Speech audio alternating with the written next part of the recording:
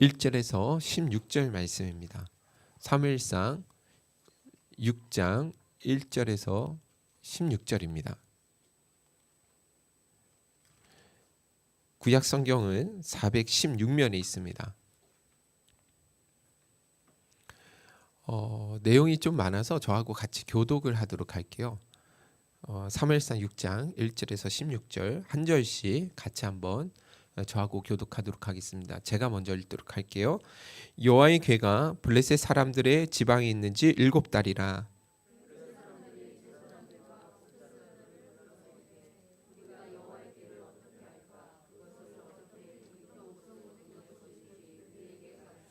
그들이 이르되 이스라엘 신의 궤를 보내려거든 거저 보내지 말고 그에게 속건제를 드려야 할지니라. 그리하면 병도 낫고 그의 손을 너희에게서 옮기지 아니하는 이유도 알리라 하니,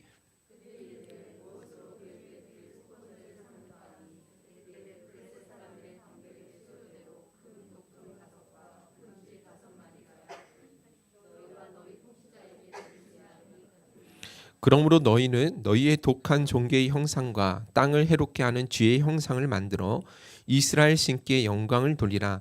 그가 혹 그의 손을 너희와 너희의 신들과 너희 땅에서 가볍게 하실까 하노라.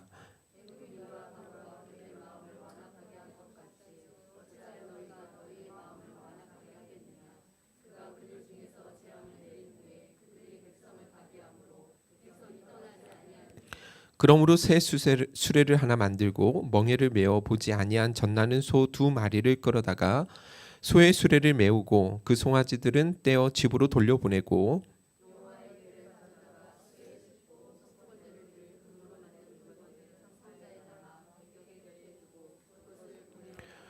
보고 있다가 만일 걔가 그 본 지역 길로 올라가서 벳세메스로 가면 이 큰 재앙은 그가 우리에게 내린 것이요 그렇지 아니하면 우리를 친 것이 그의 손이 아니요 우연히 당한 것인 줄 알리라 하니라.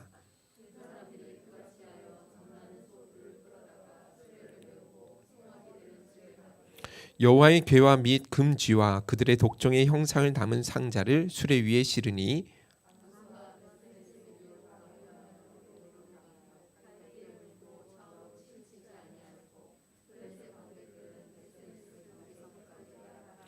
벳세메스 사람들이 골짜기에서 밀을 베다가 눈을 들어 궤를 보고 그 본 것을 기뻐하더니,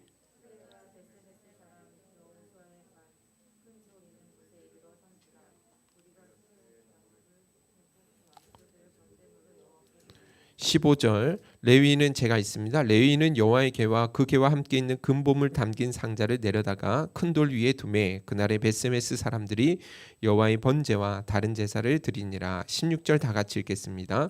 블레셋 5방백이 이것을 보고 그날에 에그론으로 돌아갔더라. 아멘. 할렐루야. 저 그 난방을 좀 꺼주시면 감사하겠습니다. 혹시 또 추우시면 그때 또 켜주셔도 되고요. 좀 공기가 탁해서 네 감사합니다.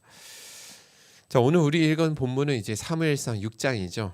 자, 이 사무엘상 6장의 말씀을 우리가 좀 깊이 또 이해되어지고 깨닫고 또 은혜 받기 위해서는 지나지 않았던 5장의 말씀을 좀 반복해야 될 것 같습니다.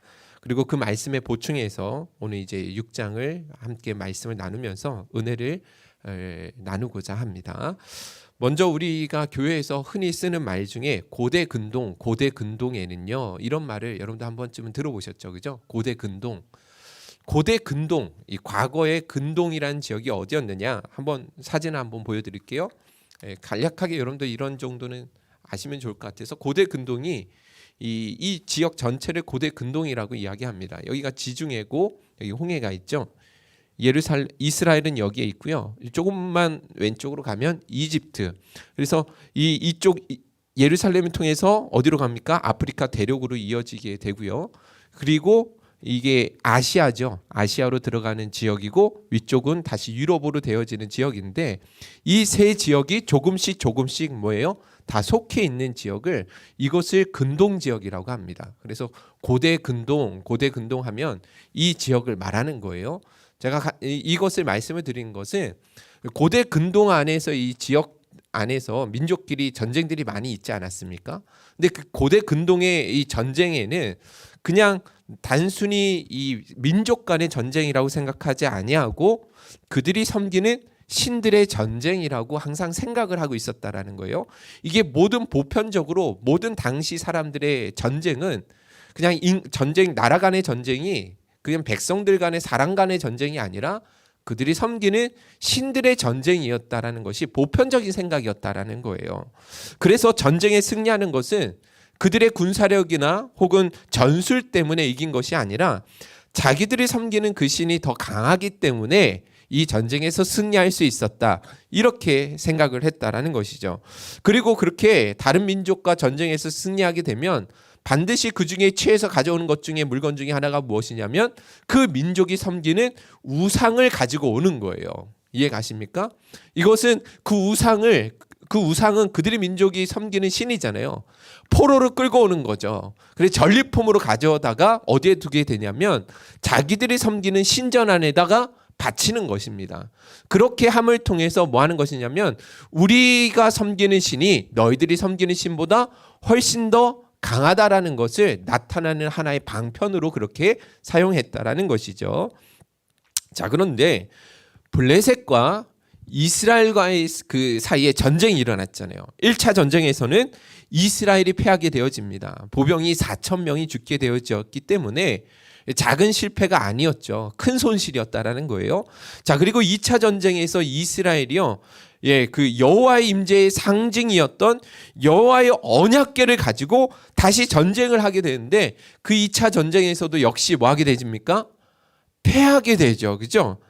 이 패하게 되는데 1차 전쟁 때보다 훨씬 더 많은 사람이 3만 명이 죽어나갔고 이스라엘의 제사장이었던 엘리의 두 아들 홈리와 비느하스도 죽게 되었고 무엇보다도 여호와의 임재의 상징이었던 그 여호와의 언약궤까지도 블레셋에게 뭐하고 말았습니까? 빼앗기게 되었다라는 것이죠. 그러니까 여러분들 이스라엘 백성들의 입장에서는 이 두 번의 전쟁의 패배로 인해서 큰 충격에 빠질 수밖에 없었겠죠. 그죠? 신학적인 아주 큰 문제가 그들 가운데 생기게 된 거예요. 무슨 말이냐면 전쟁은 신들의 전쟁인데 그렇다고 한다면 이번 두 번의 전쟁의 실패함을 통해서 무엇이 의문이 들겠습니까? 당연히 우리가 섬기는 여호와 하나님이 블레셋이 섬기는 그 다곤 신보다 약한 것인가? 진짜 우리 여호와 하나님보다 더 강한 신이 진짜 존재하는가? 이런 문제에 봉착하게 될 수밖에 없었다라는 것입니다.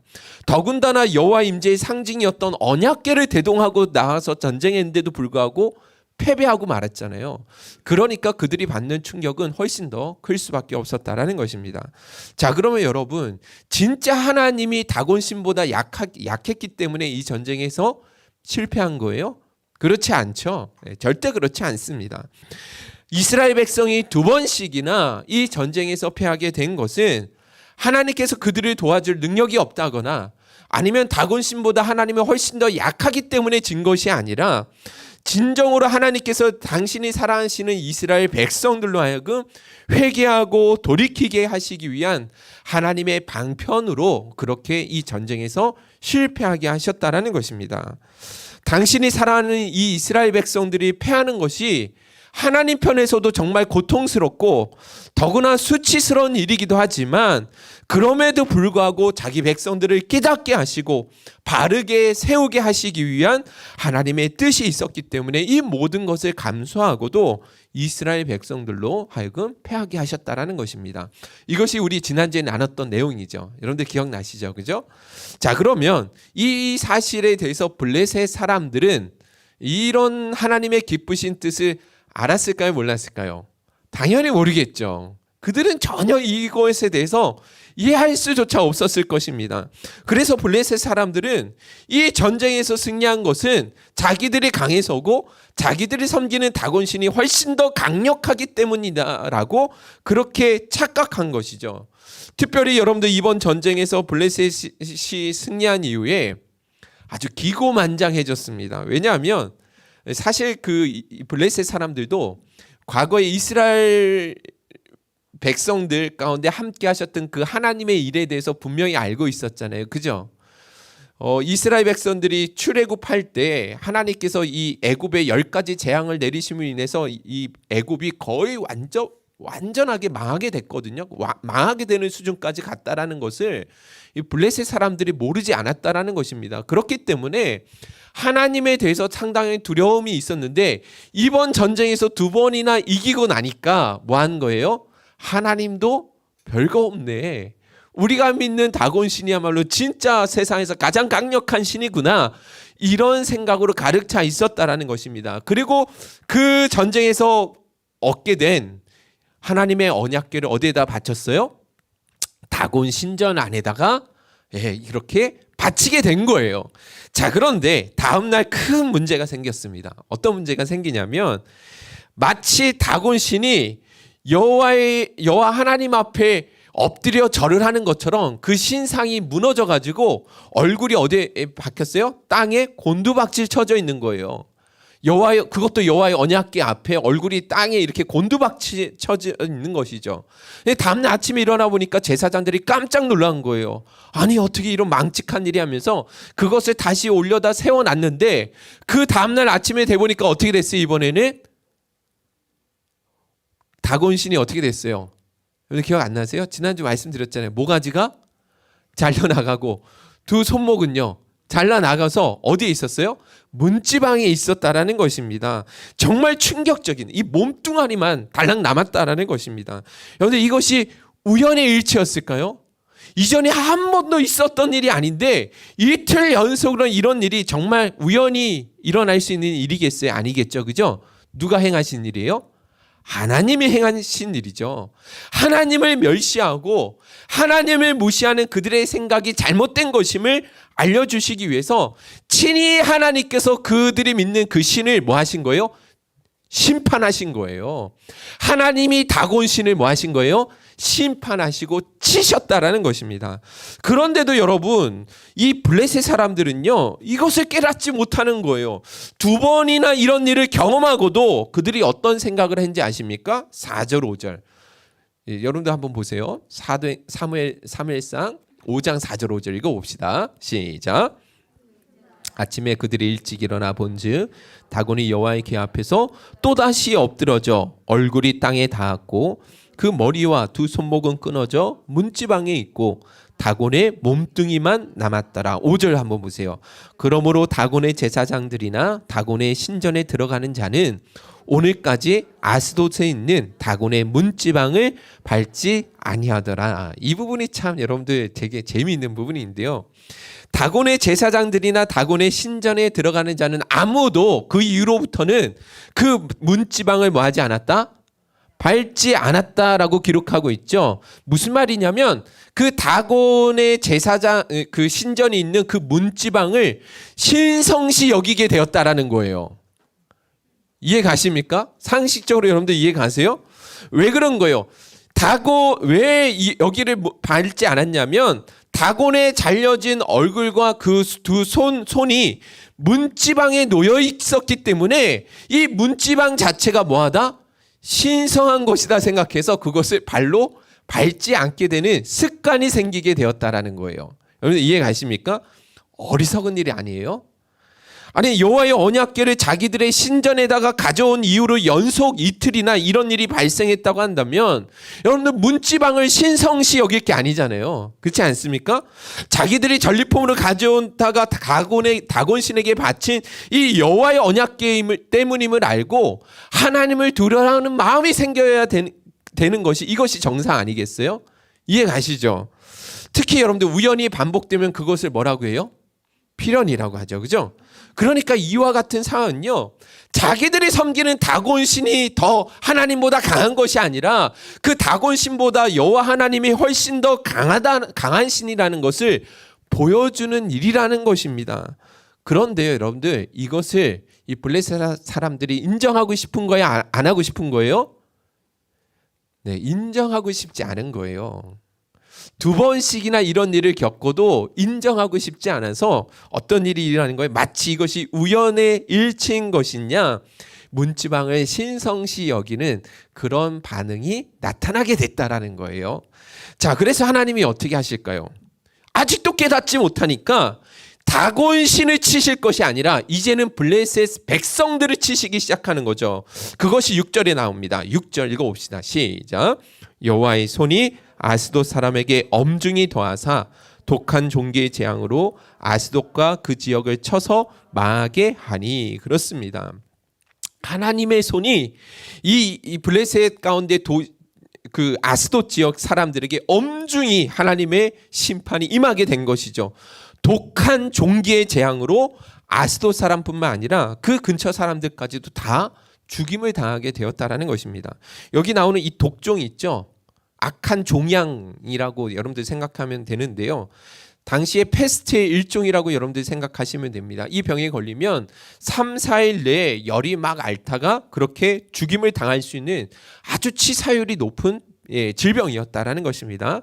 그리고 여러분들 우리가 이제 좀 이따 살펴보겠지만 6장에 가보시면 이들이 하나님의 언약궤를 이스라엘로 다시 돌려보내거든요. 근데 돌려보내면서 하나님 앞에 바치는 그 속건 제물로 쥐의 형상을 만들어서 바치게 된단 말이에요. 그러니까 여러분들 이 독종이라는 이 패스트, 이 독종이라는 병이 쥐에 의해서 전염되는 패스트의 일종이었다라는 것을 우리가 알 수 있게 되는 것이죠. 자, 그런데 여러분 보시면 이 블레셋 사람들이 다곤 신상을 하나님이 심판하실 때는 그들이 아무 반응이 없었는데 독종으로 인해서 자기들이 실제적인 피해를 얻게 되니까 사람들이 막 죽어나가니까 즉각적으로 반응을 시작해요. 이제 깨닫는 거예요. 7절 읽어봅시다. 시작. 아스돗 사람들이 이를 보고 이르되 이스라엘 신의 궤를 우리와 함께 있지 못하게 할지라 그의 손이 우리와 우리 신 다곤을 친다 하고. 그렇죠. 다곤 신상을 하나님이 심판하실 때는 그들이 깨닫지 못하다가 이제 자기들이 죽어나가니까 그제서야 뭐 하는 거예요? 깨닫게 되는 거예요. 지금까지 일어나는 일들이 우연히 일어난 일이 아니라 자기들이 무시하고 경히 여겼던 여호와의 손이 자기들과 자기들의 신 다곤을 치고 계시는구나. 이것을 그제서야 깨닫게 되었다라는 것입니다. 여러분들 진작에 그것을 깨닫고 회개하고 돌이켰다고 한다면 이런 독종의 재앙으로까지 당하지 않았을 텐데 사람들이 이렇게 죽어나가고 망하고 나서야 비로소 깨닫고 회개하는 마음이 생기게 된다라는 거예요. 이것이 블레셋 사람들만의 이야기가 아닌 것 같죠, 그죠? 오늘 우리 그리스도인들의 이야기 아닙니까, 그죠? 망하고 막 다치고 패하고 막 사람이 막 죽어나가는 그런 상황이 돼서야 비로소 뭐예요? 정신을 차리죠. 이게 우연히 일어나는 것이 아니라 하나님이 일하고 계시는 거구나. 하나님께서 나를 좀 정신 차리게 하시기 위해서 하나님이 일하고 계시는구나.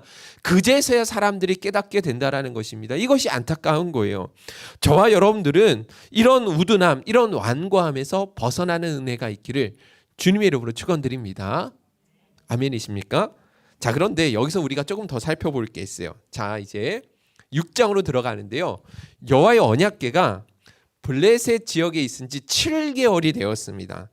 그 7개월 동안 블레셋은 말 그대로 만신창이가 되었어요. 너덜너덜해졌다는 말 보통 우리가 쓰잖아요. 블레셋의 모든 백성들이 완전히 쑥대밭이 된 거예요. 언약궤가 가는 곳마다 독종으로 인해서 사람들이 다 죽어나가니까 에스돗에서 가드로, 가드에서 에건으로 가는 여호와의 언약궤가 가는 곳마다 사람들이 독종으로 인해서 엄청나게 죽어나가는 거죠. 사무엘상 5장 10절 12절 한번 보실래요? 같이 읽어볼까요? 시작. 이에 그들이 하나님의 궤를 에그론으로 보내니라. 하나님의 궤가 에그론에 이른즉 에그론 사람이 부르짖어 이르되 이스라엘 신의 궤를 우리에게로 가져다가 우리와 우리 백성을 죽이려 한다 하고 이에 사람을 보내어 블레셋 모든 방백을 모으고 이르되 이스라엘 신의 궤를 보내어 그 있던 곳으로 돌아가게 하고 우리와 우리 백성이 죽임 당함을 면하게 하자 하니 이는 온 성읍이 사망의 환난을 당함이라. 거기서 하나님의 손이 엄중하심으로 죽지 아니한 사람은 독한 종기로 치심을 당해 성읍의 부르짖음이 하늘에 사무쳤더라. 아멘. 여러분들 대도시뿐만 아니라 작은 마을의 도시들까지 해가지고요. 블레셋 지역에 7개월이 있는 동안에 수많은 사람들이 죽어나가는 거예요. 그러니까 그들의 원성이 하늘에 사무쳤더라. 이런 표현이 있었다라는 것입니다. 그래서 드디어 이제 그들이 깨닫고 블레셋의 5대 도시 국가로 형성되어 있잖아요. 모든 통치자들을 다 불러다가 이 언약궤를 더 이상 여기에 두지 말고 이스라엘 땅으로 돌려보냅시다 라고 결정을 하고 누구를 불러 모으느냐, 제사장들, 블레셋에 있는 제사장들과 점쟁이들을 다 불러다가 회의를 하는 거예요. 그때 여러분들 이때 세 가지를, 제사장들과 점쟁이들이 세 가지를 제시합니다. 언약궤를 돌려보낼 때 어떻게 돌려보내야 되느냐, 세 가지를 제시합니다. 그게 6장에 나오는데 1절부터 6절까지 한번 좀 길지만 읽어볼게요. 자, 세 가지가 뭔지 한번 생각해 보면서 읽어보세요. 제사장이 블레셋 방백들에게 제시했던 여호와의 언약궤를 이스라엘로 돌려보내는 일도 그냥 돌려보내지 않았어요. 세 가지입니다. 같이 읽어볼까요? 시작. 여호와의 궤가 블레셋 사람들의 지방에 있은지 7달이라.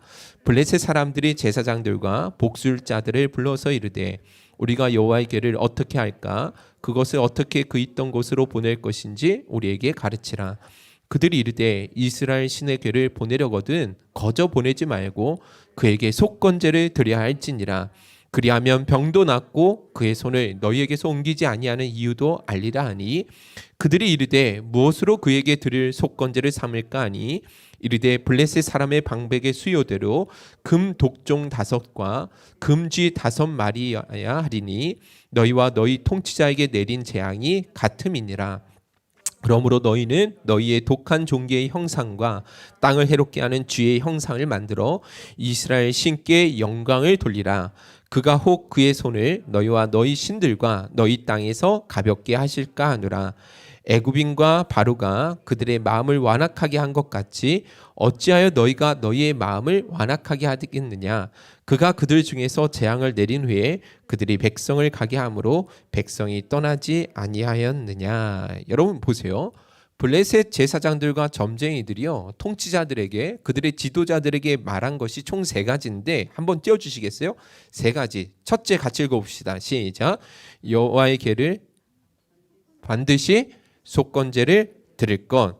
여호와의 궤를 돌려보내기 전에 반드시 뭘 드려야 된다? 하나님 앞에 속건제를 드릴 것. 둘째, 하나님께 마땅한 영광을 돌릴 것. 셋째, 완악한 마음을 가지지 않을 것. 여러분, 첫 번째 그 속건제를 드려야 된다라는 것은 이건 무엇이냐면 일종의 보상이에요. 보상. 누구에게요? 하나님께. 자기들이 하나님께 큰 죄를 지었기 때문에 그에 합당한 보상을 해야지만 너희들이 이 병에서 나음을 입을 수 있게 되는 것이다. 그래서 그 속건 제물로 드린 것이 금독종 5과 금쥐 5을 만들어서 보내게 된다라는 거예요. 자, 두 번째는 무엇을 드려야 된다? 하나님께 영광을 올려드려야 된다. 너희가 지금까지 함부로 하나님의 영광을 업신여기지 않았느냐? 마치 하나님이 다곤신보다 못한 것이냐? 함부로 대하지 아니하였느냐? 그러니까 이제 너희는 하나님의 이름에 합당한 영광을 제대로 올려드려라. 이 이야기를 하는 거예요. 그리고 세 번째가 마음을 완악하게 하지 말라. 너희들 과거에 애굽인과 바로 왕이 하나님께 마음을 강팍하게 함으로 얼마나 큰 심판과 재앙을 당한지 너희들 알지 않느냐. 그러니까 너희는 그렇게 마음을 완악하게 하지 말고 하나님 앞에 너희들의 죄를 인정하고 겸손하게 서야 된다. 이 이야기를 하는 거예요. 여러분 보세요. 여호와의 궤를 돌려보내기 전에 속건제를 드려라. 하나님께 마땅한 영광을 올려드려라. 애굽인들과 바로왕과 같이 마음을 완악하게 갖지 말아라. 이 말을 누가 했어요? 이스라엘의 제사장들이 알려줬어요? 아니죠. 블레셋의 제사장들이 이 이야기를 하고 있다라는 것입니다. 이들은 하나님에 대해서 전혀 모릅니다. 하나님이 주신 율법도 가지고 있지 않아요. 어떻게 하나님을 섬기는 것인지에 대해서도 잘 모르지만 7개월 동안 혹독한 하나님의 심판과 훈련을 통해서 하나님에 대해서 몸소 깊이 체험하게 된 거예요. 그래서 여러분들 여기 보시면 이스라엘 백성들보다 훨씬 더 하나님을 잘 알고 있는 것 같죠. 그죠? 완전히 겸손해져서 하나님 앞에 그렇게 바른 회개의 모습을 보이고 있는 것을 보게 되어집니다. 자, 그런데 오늘 우리가 이제 나누고자 하는 핵심이 뭐냐면 문제가 있다라는 거예요. 그럼에도 불구하고 또 그들에게는 문제가 있습니다. 그들이 제사장의 말을 듣고 그렇게 준비를 하면서도 무엇이 남아있냐면 의심이 남아있다라는 거예요. 어떤 의심인지 아십니까? 진짜 자기들이 고통당하는 이 재앙과 이 고난이 진짜 자기들이 믿는 하나님 때문인가? 아니면 지금 일어나는 이 모든 일들이 그냥 우연의 일치가 아닐까 하는 의심이 여전히 남아있는 거예요. 이것이 어디에 나와 있냐면 바로 6장 7절 8절을 보시면 그대로 기록되어 있어요. 같이 한번 읽어보겠습니다. 시작.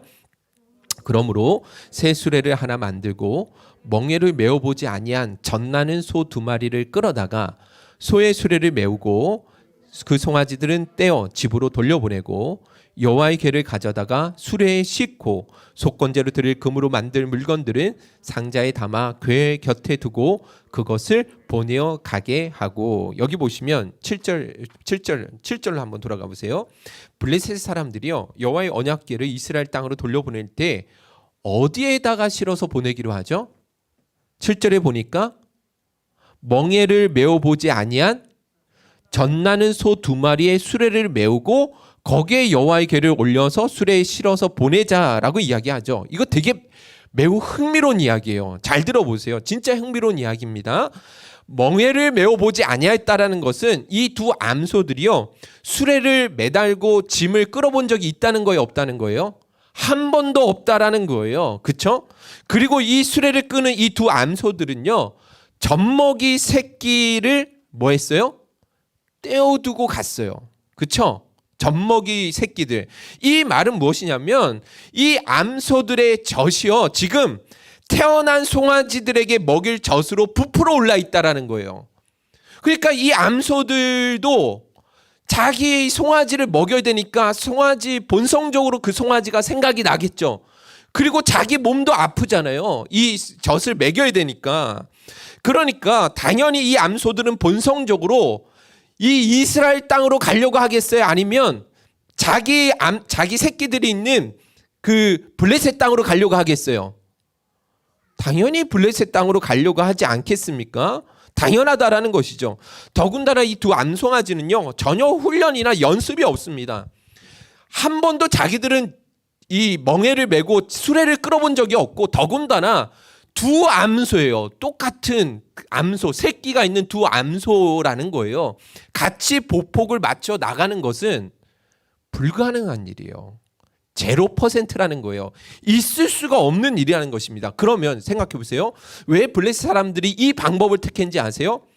여호와의 언약궤를 돌려보내기로 했잖아요. 그죠? 그런데 왜 하필이면 이 두 암소, 젖나는 두 암소에게 실어서 보내냐라는 거예요. 이 방법을 택한 이유가 9절에 나오죠. 9절 읽어봅시다. 시작. 보고 있다가 만일 궤가 그 본지역 길로 올라가서 벳세메스는 이스라엘 땅입니다. 벳세메스로 가면 이 큰 재앙은 그가 우리에게 내린 것이요 그렇지 아니하면 우리를 친 것이 그의 손이 아니요 우연히 당한 것인 줄 알리라 하니라. 그렇습니다. 이해 가십니까? 오늘 우리가 나누고자 하는 핵심 내용이 바로 여기 있는데 이 블레셋 사람들의 마음에는 여전히 무엇이 남아있어요? 의심이 남아있는 거예요. 진짜 자기들이 당하고 있는 이 큰 재앙이 하나님 때문인지 아닌지를 뭐 하고 싶은 거예요? 확인받고 싶어하는 마음이 있는 것을 보게 되어집니다. 저는 여러분들 이 사무엘상 5장과 6장 전체에 기록된 블레셋 사람들의 모습을 보면서 이 사람이 참으로 간사하고 어리석다라는 것을 다시 한번 깨닫게 되어집니다. 물론 이들이 하나님을 믿지 않았기 때문에 어쩔 수 없는 일이지만 사람은 여러분 본성적으로 하나님을 인정하려고 하지 않아요. 하나님을 두려워하는 마음이 없다라는 거예요. 블레셋을 한번 생각해 보세요. 2번이나 영거푸 다곤 신상 앞에 여호와의 언약궤 앞에 이렇게 엎드려진 것을 보면 딱 알 수 있어야 되는 거 아니에요? 그렇지 않습니까? 근데 그들이 선택한 것은 문지방을 신성시 여기는 그런 반응을 하고 있어요. 더군다나 여러분 이 여호와의 언약궤가 가는 도시들마다 수많은 사람들이 독종으로 죽어나가고 있는 것을 경험했잖아요. 그렇죠? 그런 하나님의 재앙의 한복판에 있으면서도 여전히 그들의 마음에는 어떤 생각이 있는 거예요? 이게 우연의 일치일 수도 있지 않느냐? 그러면서 하나님을 뭐 하고 있어요? 시험하려는 그런 인간의 완악함과 우둔함이 우리 인간의 본성임을 보여주고 있다는 것입니다. 그래서 하나님이 어떻게 하시느냐? 더 이상 그들이 어떤 딴소리도 하지 못하도록 하시기 위해서 하나님이 일하신다는 것을 확실하게 보여주시죠. 6장 10절 12절 읽어봅시다. 시작.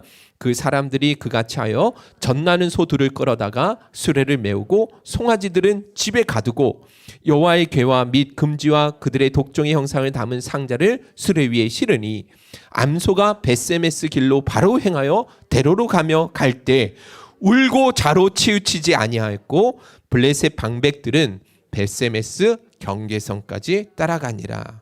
만약에 이런 사건이 오늘날 있었다고 한다면 전 세계 아마 생중계가 됐을 거예요. 정말일까 하면서 아마 생중계되는 그런 상황이 아니었을까 싶습니다. 앞에서 수레를 끄는 사람이 없어요. 그냥 수레 암소의 그 암소들 뒤에 수레를 메어다가 언약궤를 놓았을 뿐이잖아요. 그죠? 암소들이 한 번도 짐을 날라본 적도 없습니다. 갓 태어난 송아지들이 분명히 저기 있고 그 새끼들에게 먹일 젖으로 부풀어 있는 이 암소 2마리가 더군다나 한 수레에 같이 멍에를 베고 보폭을 맞춰서 앞으로 나아가게 하는 일, 이거는요 상식적으로도 본성적으로 있을 수 없는 일이지만 하나님이 그 암소들의 본성을 꺾으시고 뭐 하신 거예요? 앞으로 나아가게 하신 거예요. 왜요? 이 일이 누가 행하신 일이다? 하나님이 행하셨다라는 것을 그 누구도 거부하지 않게 하시기 위해서 명확하게 보여주는 사건이었다라는 것입니다. 이것이 우연의 일치가 아니라 하나님의 필연이었다라는 것을 명확하게 보여주는 사건이라는 것입니다. 여러분들, 그런데 블레셋 사람들은요 이 모습을 보고도 그들은 자기들 길로 돌아가는 거예요. 일반적으로 이와 같은 이 정도의 경험을 하면 자기들이 믿는 다곤 씨는 진짜 이거 허상에 불과하구나, 이거 가짜였구나, 이거 좀 깨닫고 여호와께로 돌아오고 회개하고 뭔가 변화가 있어야 되는데 아무것도 없었다라는 것입니다. 그런데 이것이 바로 우리 인간의 모습이라는 거예요. 인간의 지독한 본성 중에 하나가 뭔지 아세요? 하나님 인정하지 않는다라는 거예요. 수많은 하나님의 일하심을 분명히 보고 체험하면서도 하나님의 하나님 되심을 인정하지 않아요. 하나님께 마땅한 영광을 올려드리지 않습니다. 로마서 1장 21절 23절 한번 보세요. 인간이 타락한 본성 가운데 남겨진 그 죄된 본성 가운데 하나가 뭔지 아십니까? 21절 23절 시작. 하나님을 알되 하나님을 영화롭게도 아니하며 감사하지도 아니하고 오히려 그 생각이 허망해지며 미련한 마음이 어두워졌나니 스스로 죄 있다 하나 어리석게 되어 썩어지지 아니하는 하나님의 영광을 썩어질 사람과 새와 짐승과 기어다니는 동물 모양의 우상으로 바꾸었느니라. 그렇죠. 하나님을 알되 하나님을 영화롭게 하지 않아요. 감사하지도 않습니다. 오히려 우둔하고 영적으로 어두워져서 그 하나님의 영광을 우상의 형상으로 바꾸는 그런 일이나 하고 있다라는 것이죠. 안타까운 일이 아닙니까? 그런데 우리 행복생교회 성도님들은 다 예수를 믿는 사람들입니다. 그래서 아마 여러분들 다 이런 믿음의 고백이 있죠. 이 땅에 일어난 일, 그 어떤 일도 우연히 일어나는 일은 있을 수 있다 없다? 없다라고 여러분 믿으십니까? 믿으셔야 되는데 우연이다라고 이야기하는 건 하나님 믿는 사람의 바른 가치관이 아니에요. 여러분들 참새 한 마리도 하나님이 허락하지 아니하시면 떨어져서 죽지 아니한다고 하셨던 그 마태복음 10장 29절의 말씀을 여러분들이 그대로 받아들인다고 한다면 여러분들 우리 일상에 일어나는 그 어떤 일 가운데 우연히 일어났다라고 말할 수 있는 것이 있을 수 있겠냐라는 거예요. 그렇지 않다라는 거죠. 세상에 일어나는 모든 일들은 이게 우연인가 싶지만 그건 아니에요. 하나님께서 당신의 뜻을 이루시기 위한 도구요 방편으로 사용하기 위한 하나님의 섭리라는 것입니다. 여러분들 한번 몇 가지 한번 생각해 보세요. 밤새 물고기를 한 마리도 못 잡았던 베드로가 예수님의 말씀을 듣고 깊은 곳에 그물을 던졌는데 마침 던졌더니 그물을 끌어올리기 찢어질 정도로 물고기가 많이 잡혔지 않습니까? 그 우연이에요? 우연이었습니까? 그런데 하나님의 말씀에 불순종해서 니느웨로 가지 아니하고 정반대 다시스로 나아갔던 요나 이야기 아시죠? 자, 하나님의 말씀에 불순종해서 이 니느웨로 가지 아니하고 이 다시스로 나아가다가 그 가는 배를 타고 가다가 무엇을 만납니까? 큰 풍랑을 만나게 되는 일이 여러분들 우연이에요? 우연이 아니죠. 그것은 이 죄악된 불순종의 길로 나아가는 요나를 깨우치시고 그에게 다시 한번 새로운 기회를 주시기 위한 하나님의 섭리 아니에요? 풍랑조차도 하나님이 일으키셔서 요나를 바꾸시려는 하나님의 계획하심 확실하죠. 할렐루야. 아멘이십니까? 성경에 이런 이야기가 너무 많아서 다 일일이 열거할 수 없어요. 여러분들 에스더에서 나오는 이야기 여러분들 한 번쯤 아시죠? 아하수르의 왕비가 원래 있었는데 폐위가 됐어요. 왕의 마음에 들지 않아서 폐위가 되고 누가 왕후가 되어지면 에스더가 왕후가 되어지거든요. 여러분들 이 에스더가 왕후가 되어지는 일, 그 성경을 한번 읽어보세요. 거기에는 여호와 하나님이 행하셨다라는 이야기가 하나도 없어요. 어떻게 보면 다 우연의 일치인 것 같은데, 그런데 모르드게가 뭐라고 이야기합니까? 내가 왕후에 오르게 된 것이 이때를 위함이 아니겠느냐. 이 말이 무슨 말이에요? 우연이 아니라 하나님께서 바로 이와 같은 일을 위해서 너를 왕후의 자리로 올려두신 것 아니겠느냐. 하나님의 필연 아니겠느냐. 이 고백 아니겠습니까? 여러분들 룻기 2장 3절도 한번 볼까요? 룻기 2장 3절 한번 보세요. 시작. 루릿이 가서 베는 자를 따라 밭에서 이삭을 줍는데 우연히 엘리멜렉의 친족 보아스에게 속한 밭에 이르렀더라. 여러분들 이삭을 주우려고 먹고 살기 위해서 이삭을 줍기 위해서 갔는데 마침 엘리멜렉의 친족이었던 누구 집이요? 보아스. 우연이죠. 우연이라는 것이 진짜 우연이었습니까?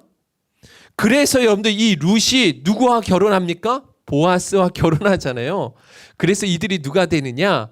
바로 다윗 왕의 고조부 고조모가 되는 거예요. 룻과 보아스가요. 할렐루야. 여러분들 이 땅에 성경에는 이런 일이 너무 많지만 세상에 일어나는 모든 일들은요 하나님의 필연입니다. 전나는 암소까지도 본성을 꺾으시고 고든 길로 가게 하셔서 반드시 하나님의 당신의 선하신 뜻을 이루시고야만은 그런 하나님의 필연들이 오늘 우리의 삶의 모든 상황 가운데 다 그렇게 일어나고 있다라는 거예요. 믿음으로 그것을 수납하는 은혜가 있기를 주님의 이름으로 축원드립니다. 저는 목회하면서 이런 일들을 너무너무 많이 경험하거든요. 매일 순간 항상 이런 것들을 경험하고 있습니다. 지난주 화요일입니다. 화요일 오전에 규상 형제라는 그 청년이 저한테 상담하러 온 거예요. 우리 2019년도에 행복생교회에서 지역 주민을 위한 피아노 연주회 했던 거 기억나시죠? 12월 달에 그 피아노를 연주했던 청년이 바로 그 규상 형제인데, 그 규상 형제가 지난 화요일 날 갑자기 뜬금없이 전화 와서 목사님 잠깐 목사님 뵈러 갈 수 있을까요? 그래서 저 상담하러 왔는데 자신이 계속 이 일을 해야 될지 말아야 될지 고민이 된다라고 목사님 말씀 조언을 듣고 싶어서 왔습니다라고 이야기를 하더라고요. 제가 점심을 먹으면서 이런저런 이야기를 나누었습니다. 자, 그리고 그 친구가, 저는 이제 제자 훈련 모임이 또 있으니까 준비를 해야 돼서 그 친구를 돌려보내고 딱 자리에 앉았는데 정말 그 친구가 나간 지 10분이 되지 않아서 제 친구한테 전화가 왔어요. 입시 학원을 운영하는 친구가 저한테 갑자기 전화를 하더니 뜬금없이요, 주변에 혹시 괜찮은 청년 없어? 저한테 전화를 하는 거예요. 방금 전에 누가 왔다 갔어요? 규사 형제 왔다 갔잖아요. 네, 상담하고 왔거든요. 어떤 일을 해야 될지 잘 모르겠다라고 이야기를 했는데 규사 형제가 왔다 갔잖아요. 10분 전에. 야, 이거 당연히 드는 생각이 하나님이 찾고 계시는구나. 이게 생각이 안 들겠어요? 우연일까요? 저만 그렇게 생각하는 것 같으세요? 제가 그래서 이런 친구가 있다. 원래는 피아노 전공했지만 책도 되게 많이 읽고 있어서 영어도 잘하고 그래서 아이들 독서랑 논술 지도를 하고 있다라고 이야기했더니 진짜 그러냐고, 당장 만날 수 있었으면 좋겠다고 해서 바로 전화해서 그날 저녁 밤에 제자훈련 마치고 둘이 만났어요. 그리고 그 친구를 쓰기로 했어요. 그 학원에서 그 친구를 쓰기로 한 거예요. 여러분들 이 학원이요, 뭐 한 10명 20명 있는 그 작은 학원이 아닙니다. 영어 입시 학원이거든요. 입시 학원이에요. 말 그대로 입시 학원. 영어만 전문으로 하는 그 학생이요 350명이 넘어요. 학원의 학생만. 원장님 밑에 부원장님 계시고 그 부원장님 밑에 경영팀장이 있거든요. 경영팀장으로 들어가는 거거든요. 그 밑에 다른 팀장들, 선생님들, 팀장들이 있고 강사가 한 30명 있고 그 밑에 학원 그 알바생들이 있고 차량 운행 기사 아저씨들이 여러 명 계시고 그 학원에 넘버 3로 들어가는 거예요. 거의 경영과 인사와 행정 경영에 대해서 책임지는 자리에 올라가게 됐어요. 규상 형제가 너무너무 잘 됐죠. 그죠? 제가 이 이야기를 딱 듣고 제가 문득 드는 것이 진짜 하나님 살아 계시는구나. 그런데 아시는 것처럼 저희 교회가 코로나 터지기 2019년도에 코로나 터지기 전에 지역의 작은 교회를 좀 우리가 섬길 수 있는 방법이 없을까? 그래서 재능 기부를 해보자. 그래서 피아노 혹시 이 지역에 피아노를 배우고 싶은데 작은 교회나 성도들 가운데 피아노 배우고 싶은데 기회가 없었던 분들에게 제공했잖아요. 그랬을 때 규상 형제가 1년을요 페이 전혀 받지 아니하고 자기 시간을 온전히 내어서 헌신해 줬잖아요. 여러분들 기억나시죠? 그죠? 다 하나님이 정말 기억하고 계셨구나. 그리고 이 친구가 이 영어를 너무너무 잘하는 거예요. 그리고 책에 대해 너무 관심이 많아서 영어 과외와 논술 지도를 하고 있는데 아이들한테 10만 원씩 받고 하고 있더라고요. 소개받은 아이들마다 가정 형편이 너무 안 좋아서 차마 그 과외비를 올려받을 수가 없었다는 거예요. 10만 원씩 받고 생활을 하고 있더라고요. 이야기는 하나님이 그래서 딱 느끼는 게 하나님이 급하게 데려다가 쓰셨구나. 하나님 다 보고 계셨구나. 그런데 이게 우연히 일치입니까? 아니겠죠. 그죠? 하나님의 때에 하나님의 방법대로 정확하게 하나님이 일하신 줄로 믿습니다. 할렐루야. 여러분들 이런 일들이요 우리 일상에 깊이 한번 돌아보면 여러분들 이게 한두 번이 일어나는 일이 아닙니다. 저는 매 순간 매일이 지금도 하나님이 계시는구나, 하나님 멀리 계시지 않구나, 정말 가까이 섬세하게 세밀하게 우리와 함께 하고 계시는구나, 이거 많이 느끼고 있거든요. 저는 우리 행복생교회 모든 죄종들마다 이런 하나님의 일하시는 하나님의 손길을 날마다 경험하고 볼 수 있는 눈이 열려질 수 있기를 주님의 이름으로 축원드립니다. 이건 진짜 아무에게나 열려지는 은혜가 아니에요. 블레셋 한번 보세요. 하나님이 그렇게 일하고 역사하시는데 이거 우연 아니야? 이거 우연일 수도 있는 것이지 무심코 지나가지 않습니까? 그리고 그런 하나님의 역사를 두 눈으로 경험하고 있는 그 상황 때에도 그때뿐이지 여전히 돌아서면 하나님을 잊어버리고 경외하지 않는 삶의 자리로 나아간다라는 거예요. 저는 우리 행복생교회 주의종들마다 정말 영적으로 깨어서 진짜 우리가 조금만 관심을 갖고 생각을 해보면 모든 일들이 하나님의 세심하신 손길이 있다는 것을 깨닫게 될 줄로 믿습니다. 그런데 이 책 한번 잠깐 소개시켜 드릴게요. 아브람 카이퍼의 마지막입니다. 주권 영역이라는 책에서 보시면 이 책이 있거든요. 한번 되게 어려운 책이지만 그래도 꼭 한번 보셨으면 좋겠어요. 이분이 뭐라고 이야기하냐면 이 책에서 우리 인간 삶의 모든 영역에 만유의 주제이신 그리스도께서 나의 것이다라고 외치지 않는 영역은 한치도 없습니다 라는 말을 이야기했어요. 이게 무슨 말이냐면 다시 한번 읽어드릴까요? 우리 인간 삶의 모든 영역에서 만유의 주제이신 그리스도께서 나의 것이다 라고 외치지 않는 영역은 한치도 없습니다. 이게 무슨 말이냐면 이 광대한 우주 가운데 하나님의 주권이 미치지 않는 영역은 이 세상에 단 한 평도 없다라는 거예요.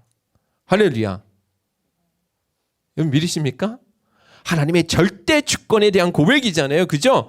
우리의 삶의 모든 영역, 모든 상황 속에서 하나님이 일하고 계시고 하나님의 섭리와 하나님의 뜻대로 하나님의 뜻을 이뤄가는 방식으로 지금도 일하고 계신다라는 거예요. 우연히 일어나는 일이 아니라 하나님의 필연 속에서 반드시 되어지는 일들임을 여러분들 우리가 믿음으로 바라볼 수 있어야 된다라는 것입니다. 그러기 위해서 우리가 어떤 마음의 자세를 가져야 되냐면 작은 것이라 할지라도 크게 볼 수 있는 그 영적인 렌즈, 이것을 우리가 가질 수 있어야 된다라는 거예요. 그런데 이 돋보기 아시죠? 돋보기, 작은 것을 확대해서 보는 도구 아시죠? 그죠? 영적인 일에도요, 여러분들 일상 속에서 작은 것이라 할지라도 크게 들여다볼 수 있는 안목을 여러분들이 훈련 받으셔야 된다라는 것입니다. 우리 윤정이가 인천에 있다가 목포로 내려갔잖아요. 우리 교회 청년. 서울과 인천에서 그렇게 직장을 찾으려고 했는데 쓰는 것마다 안 됐거든요. 근데 어쩌다가 꼭 여기 말고 지방도 한번 넣어보지, 그래서 나주에 딱 썼는데 어떻게 됐어요? 붙어버렸어요. 그렇게 막 인천에서 여기 행복생교회 안 떠나고 섬기고 싶어서 인천에 남아 있고 싶어서 계속했는데 안 됐는데 나중에 한번 썼는데 그게 돼버린 거예요. 그래서 모포로 내려갔거든요. 우연일까요? 저는 그렇게 생각하지 않아요. 그래서 누가 청년부에서 셀 리더로 세워지게 되는지 아세요? 강성대가 세워지게 되는 거예요. 예. 하나님께서 성대를 세우시기 위해서 너무 끼워 맞추시는 거 아니세요? 우리 아마 분명히 성대는 마음속으로 분명히 그런 생각을 하고 있겠죠. 그런데 우리 윤정이가 있었다고 한다면 분명히 윤정이 셀 리더를 시켰겠죠. 그죠? 예. 윤정이가 해야 할 역할을 마무리하고 또 하나님께서 뜻하신 바가 있어서 어디로 간 거예요? 나주로 간 거예요. 우연의 일치가 아니라 그곳에 윤정이가 또 해야 할 일이 있었기 때문에 하나님 부르신 것이고 또 그 빈자리를 하나님께서 성대라는 친구를 통해서 성대에 가지고 있는 그 성품과 그 달란트를 섬길 수 있는 또 다른 하나님 길을 열어가시기 위해서 하나님이 행하신 일이 아니겠냐라는 거예요. 작은 일들도 뭐 할 수 있어야 돼요? 크게 보일 수 있는 그런 안목을 훈련을 우리가 계속해서 가질 수 있어야 된다는 것입니다. 할렐루야. 그렇게 하나님 우리 일상의 모든 일들이 우연이 아닌 하나님의 필연이고 하나님의 일하심을 믿는다고 한다면 여러분들 우리가 어떻게 될까요? 여러분들 인생을 하나님 앞에 걸어야죠. 절대 주권자 되신 그 하나님 앞에 여러분들 인생 전체를 통으로 그냥 맡겨드려야죠. 하나님의 주인 되심을 인정하고 하나님이 기뻐하신 것과 법을 따라서 하나님의 말씀에 순종하는 삶을 우리가 살아가야 가면 된다라는 것입니다. 할렐루야. 오늘 저와 여러분들에게 우연이 아닌 하나님의 필연임을 볼 수 있는 그 은혜를 누리실 수 있기를 주님의 이름으로 축원드립니다. 그래서 매일의 삶 속에서 하나님을 경험할 뿐만 아니라 여러분의 매일의 삶이 하나님의 역사가 되어지고 또 여러분들의 매일의 삶의 자리가 그렇게 하나님의 기적의 현장이 되어지는 그 은혜를 누리실 수 있기를 주님의 이름으로 축원드립니다. 찬양하도록 하겠습니다. 우리 주께 가오니 우리 찬양하도록 할게요.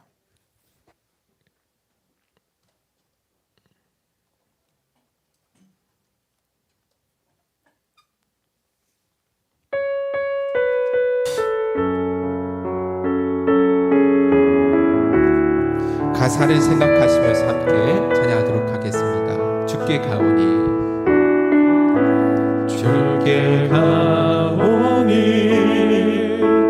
날 새롭게 하시고 주의 은혜를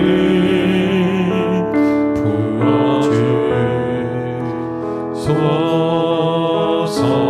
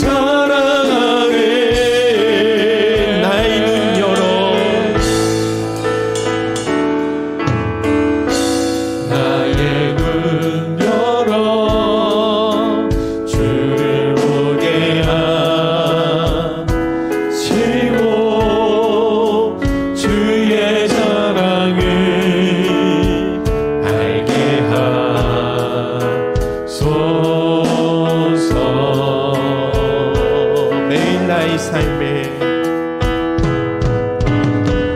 매일 나의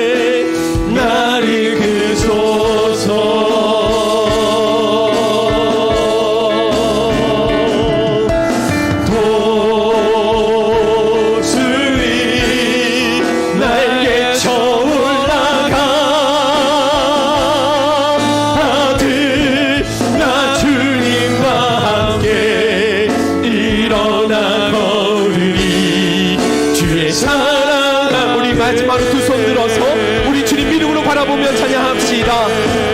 주 사랑 주